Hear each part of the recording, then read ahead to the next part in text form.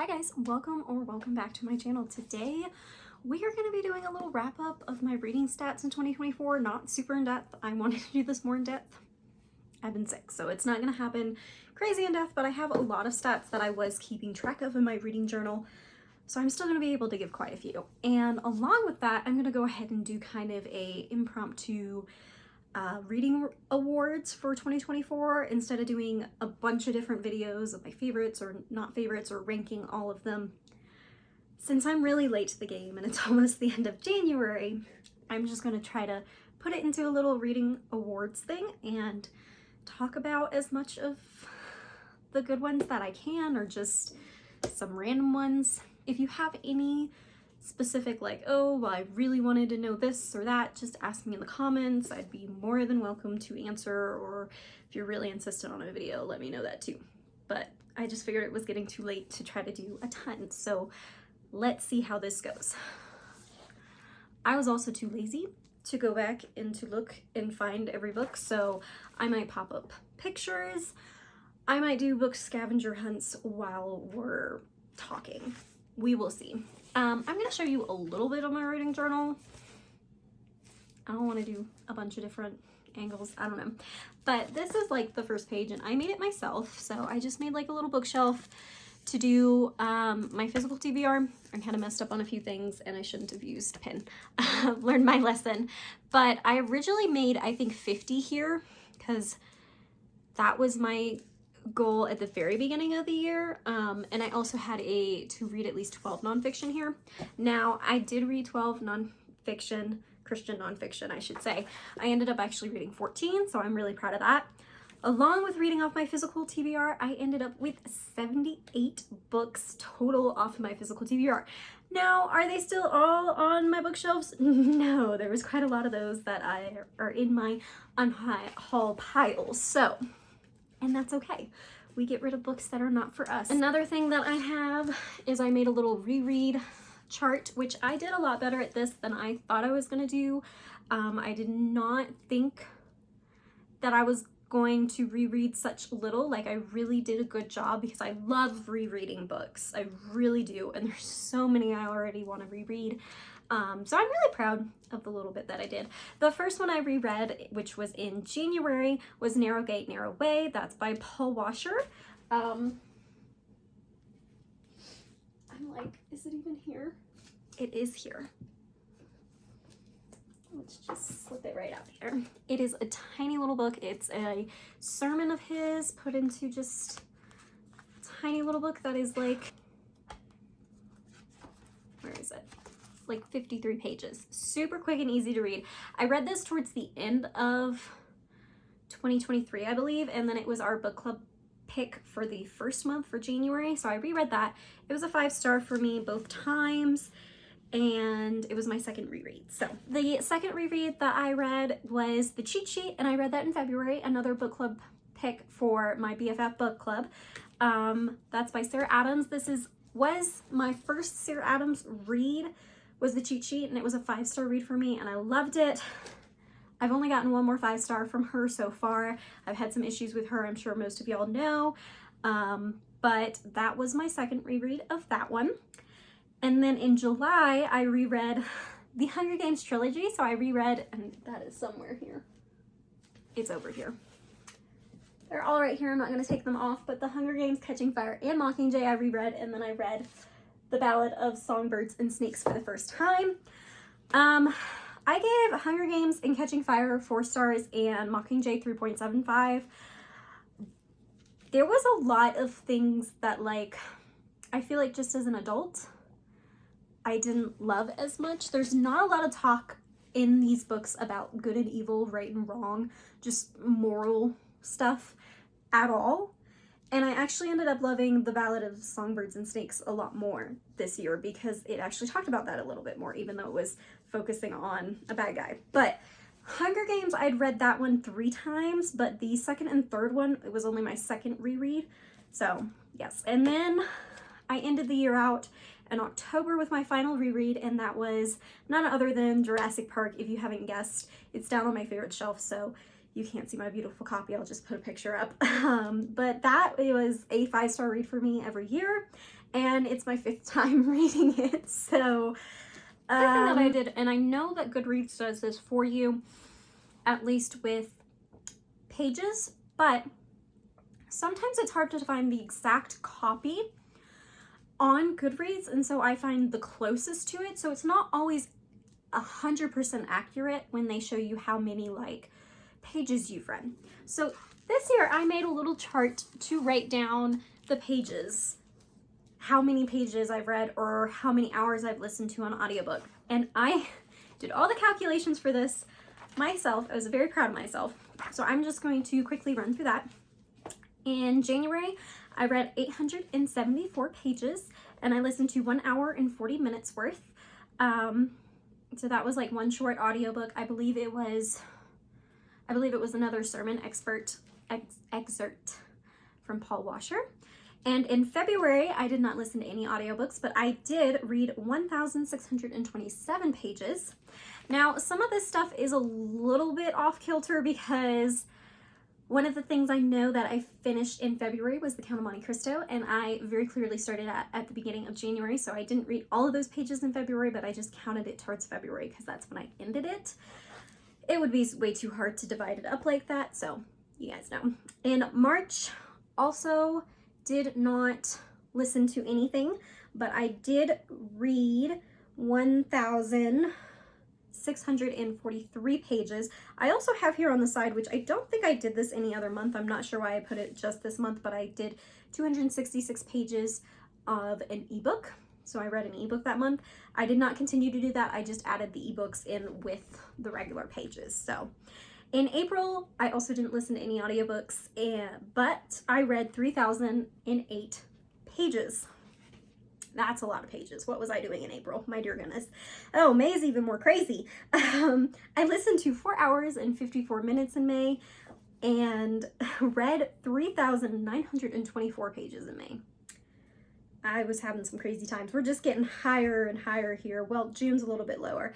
Didn't listen to an audiobook in June, but read 3,855 pages. July might be the highest at 4,248 pages read and 15 hours and 43 minutes listened to audiobook wise. Wow. August was by far my slowest month of this year. It's when my father passed away, and it was 1,044 pages read. Didn't listen to audiobooks. I did start some audiobooks that month, but I finished them in September. So they are on my September. I listened to 7 hours worth of audiobook in September and 2,758 pages read in September.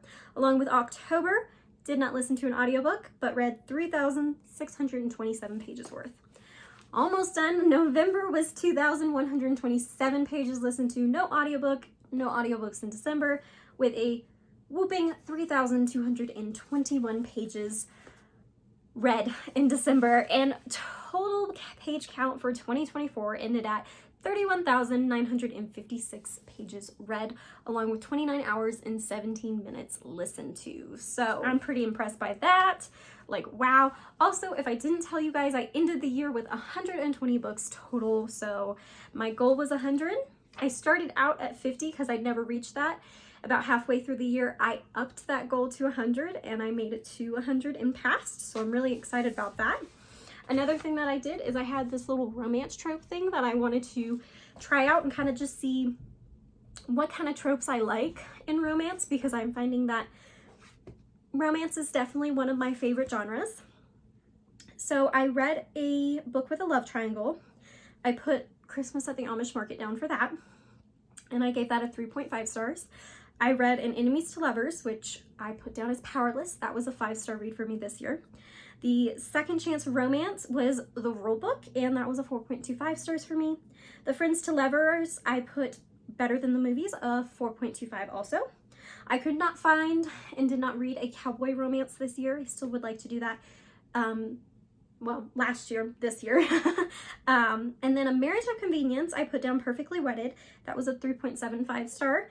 A Best Friend's Sibling, I put down The Off Limits Rule, and that was a 5-star. Now With You for an age gap romance was a 4-star. And the only other prompt trope that I couldn't find was the amnesia trope.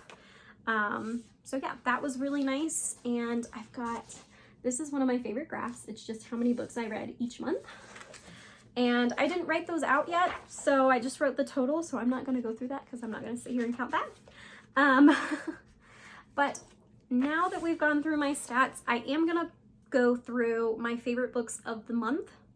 And I'm going to tell you which ones were 5 stars. There's one 5-star that was not on here because it won over another, it lost to another one that was in the same month. And then I'm going to go through my little book awards thing. So this is kind of part of it and kind of not. I don't know. You can consider it however you like. All right, so my favorite book of the month of January was Better Than the Movies by Lynn Painter.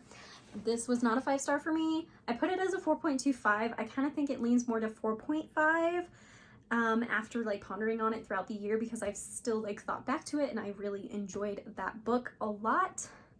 So this was January's winner. February's winner was The Count of Monte Cristo by Alexandre Dumas.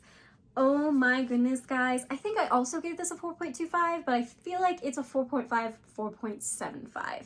Wasn't a 5-star. I think more objectively speaking, writing and all that, it was amazing. Like, probably 5-star worthy. But because it is a classic and there were a lot of slower parts, even with an abridged 600-page version, there were slower parts.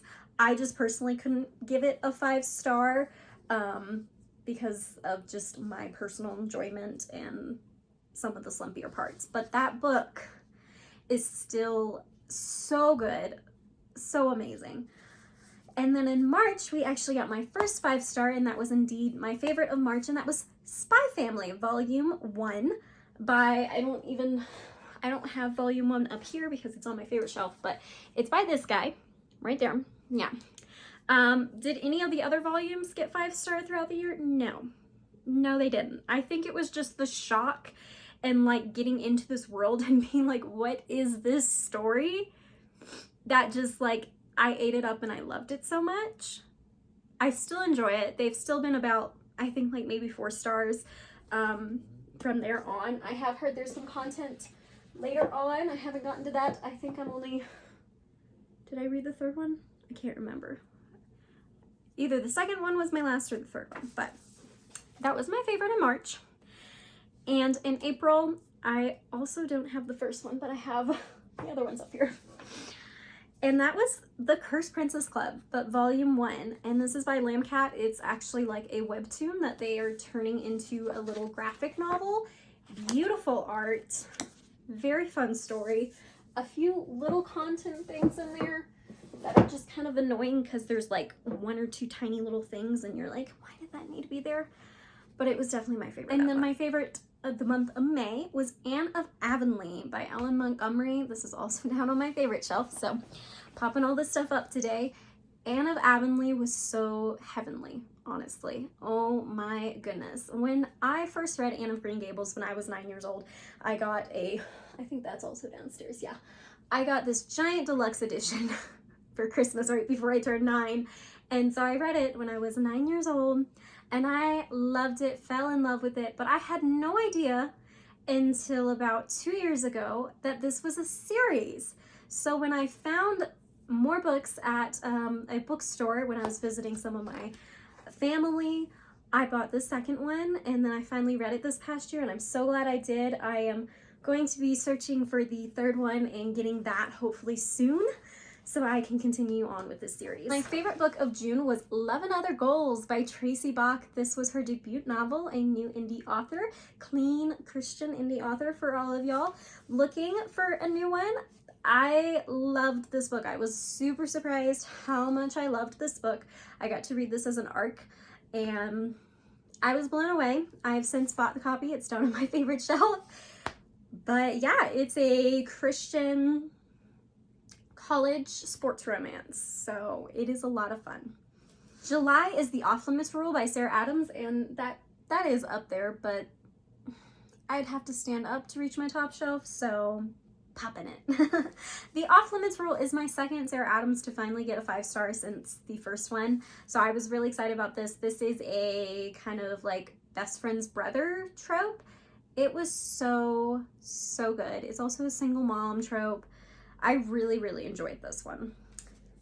And then my favorite of the month of August was Summer Romance by Annabelle Monaghan. Now, I only read 4 books in the month of August, but Summer Romance did get about a, I think 4 or 4.25 star for me.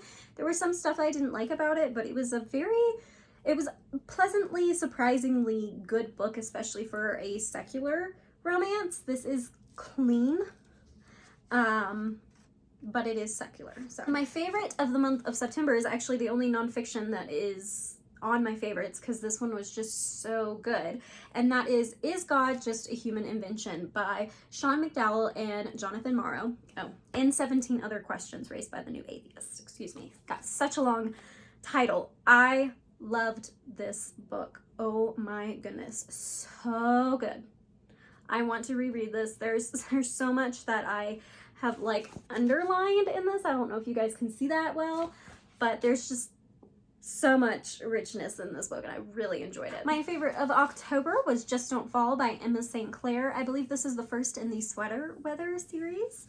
It was just a really fun rom-com. So also, I will say none of my rereads like made the top or the best of the months, because they were rereads for me. Obviously, Jurassic Park would have won in October if I didn't do that. So like, I don't want, you know, me reading Jurassic Park to always win my favorite of October, because I'm always rereading it. So yeah, that's just how I've done it. My favorite book in November was My Refuge by Ashley Alice Salaby. This is Follow in the Dark book 1. It follows 4 girls from like different countries and even religions and all this stuff, dealing with some tough things, some different things, but some tough things. And it was just a very well done story. It does have some deeper content, but it is a YA. I think it's a really good story, and I'm very excited to check out the second book. And then finally, my December book of the month, I guess, my favorite book of the month was Not So Alone for Christmas by Jenny Proctor. This one surprised me because this was a novella by her,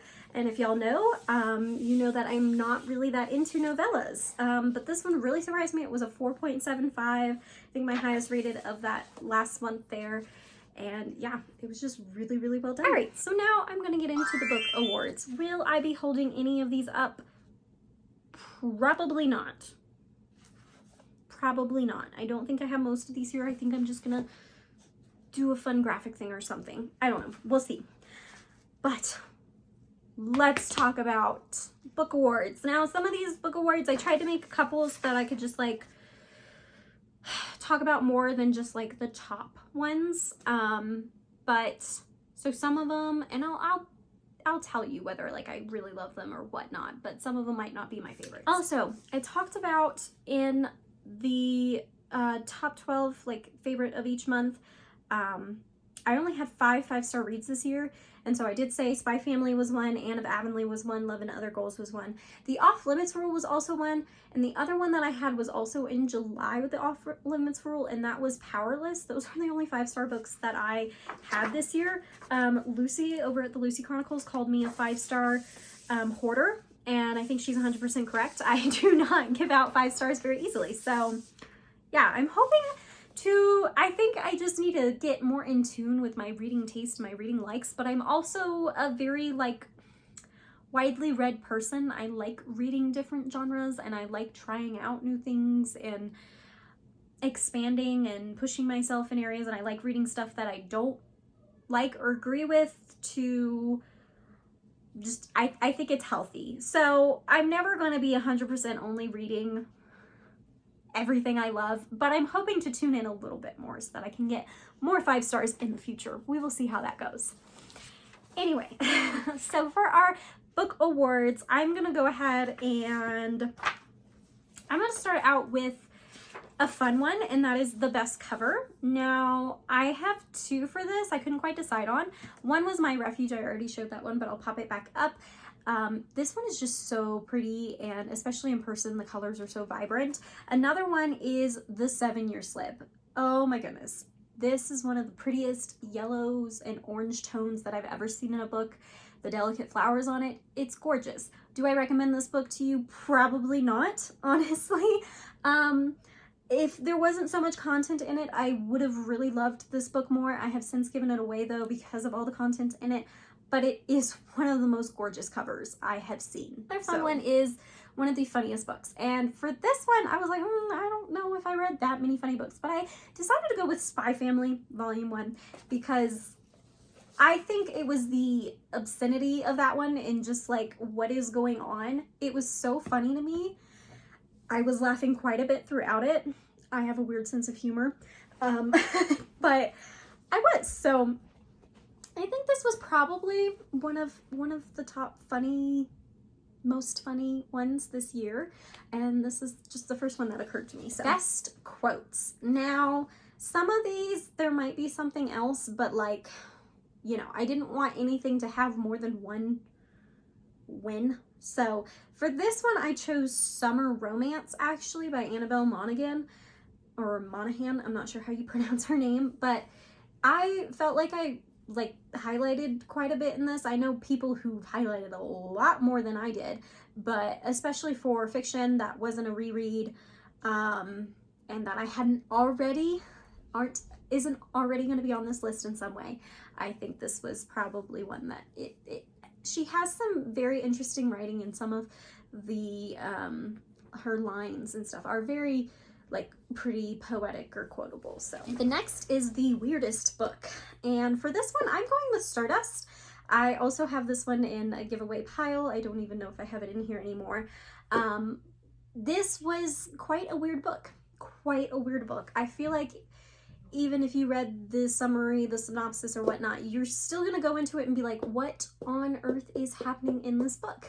It is one I'm giving away because there was a little bit of content at the beginning, and I just prefer not to have it on my shelf because of that. But I'm glad I read it. It was kind of entertaining. It was just very weird. Wasn't expecting a lot of the stuff. There was even some gory stuff in it I wasn't expecting, so quite the weird book. And then I went ahead and I did my favorite reread of this year. I think I've already told you guys this, but it's Jurassic Park. I don't know if this one will ever not win such an award, but yeah, if you haven't read Jurassic Park, here's your hint to go read Jurassic Park. Like, leave my video, go read Jurassic Park, come back when you're done.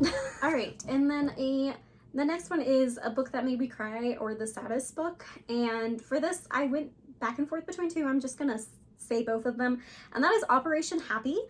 This is one that I actually listened to on audiobook, and it was such a sweet story that obviously got a little bit emotional at parts and towards the end, but it was a certain kind of crying. The second book that I'm going to talk about, The Last Charm, on the other hand, was like an angry kind of crying because I did not want this to happen. What happened, and I was so mad at the book, for like just doing what it did, and I cried a lot. This is probably I probably cried the most in this one. I did not do a best fiction just because there's some other kind of like best in the fiction genre, but I did do my best nonfiction, and I think you guys know from how I talked about it, my best nonfiction this past year was Is God Just a Human Invention? And 17 Other Questions Raised by the New Atheist. Such a good book. I feel like I could just go on and on about it if I wanted to, but I don't think you guys want to hear me ramble for 20 more minutes. The next one is the most surprising book this year for me, and that was honestly The Cursed Princess Club. This was a book that a friend gave me, and I looked at it and I was kind of like, okay, looks interesting. And I've not been, I mean, you know, I dabble a little bit in graphic novels and manga, but not like super heavy into it. So I was just a little taken aback by this, and then when I started reading it, I was like, oh my goodness, I love this. And this would definitely be a 5-star series for me if it didn't have the little bit of content that it has strewn throughout it all. So next is the most insightful book that I read this year, and I decided to go with The Death of Lincoln. That is because this is a nonfiction biography on the events leading up to the death and after the death of Lincoln. So I definitely think this was the most insightful book. I had a little bit of a hard time getting into it. I started reading it out loud to my husband, and then we sped through it. So apparently I just have to read certain books a certain way. A book that I cannot stop recommending. For this one, I went with none other than The Count of Monte Cristo by Alexandre Dumas. I don't think I'll ever stop recommending this one. I feel like this has all of the drama that you could get in like nowadays television without having like all the smut stuff in it. Like, it's so well done.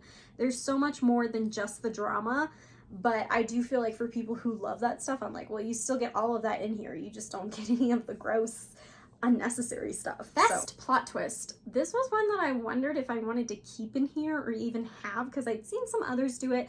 It's also in my book because my reading journal does have a couple of like winner circles prompts, so I use some of those also. And I'm just not, if you guys noticed this year, I'm not that into thrillers. They haven't done me well. I haven't liked them.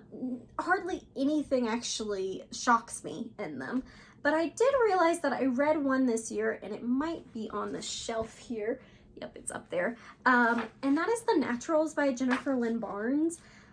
I do think that this probably, it's a YA series, and it's got more to it than just like a typical thriller. So I do think that this was probably the best that I read this year. It wasn't amazing, but it wasn't bad at all. I enjoyed it. So, and then we have the best writing. And for this one, I went with Anne of Avonlea. I don't know how I could not go with Ellen Montgomery for the best writing, because she has some of the most beautiful lyrical writing. Like, oh my goodness, the way she describes the seasons and feelings and just so much. The way Anne is as a character, I love it. Her writing is beautiful. Honestly, if I didn't put her here, she would have been on the quotes, because there's definitely the most quotes in hers, but I wanted to do just one each, so she definitely has the best writing for me personally. Like, I really think it's amazing. And then last but not least is my overall favorite book of the year, and for that I think I'm gonna go with Love and Other Goals by Tracy Baack. I just really enjoyed this book. I want to reread it this year. It's one of my favorite romances, probably my favorite romance that I've ever read. It had a lot more substance to it than a lot of romances, with that little bit of Christian faith element into it, but it's also not too heavy on it that somebody who isn't a Christian couldn't read it. It has some just natural stuff that people would find at college when, you know, like, and it doesn't even specifically, I don't know, it doesn't even specifically state like, oh, this is a Christian college. They're just a part of a Christian group and a college, and so there's a few extra things with that. And it's just a very natural way that she wove this in, and it added such good layers. The communication in this was amazing. Like, there was just so many things about this book that I really, really loved. So I definitely think that it's probably my favorite of the year.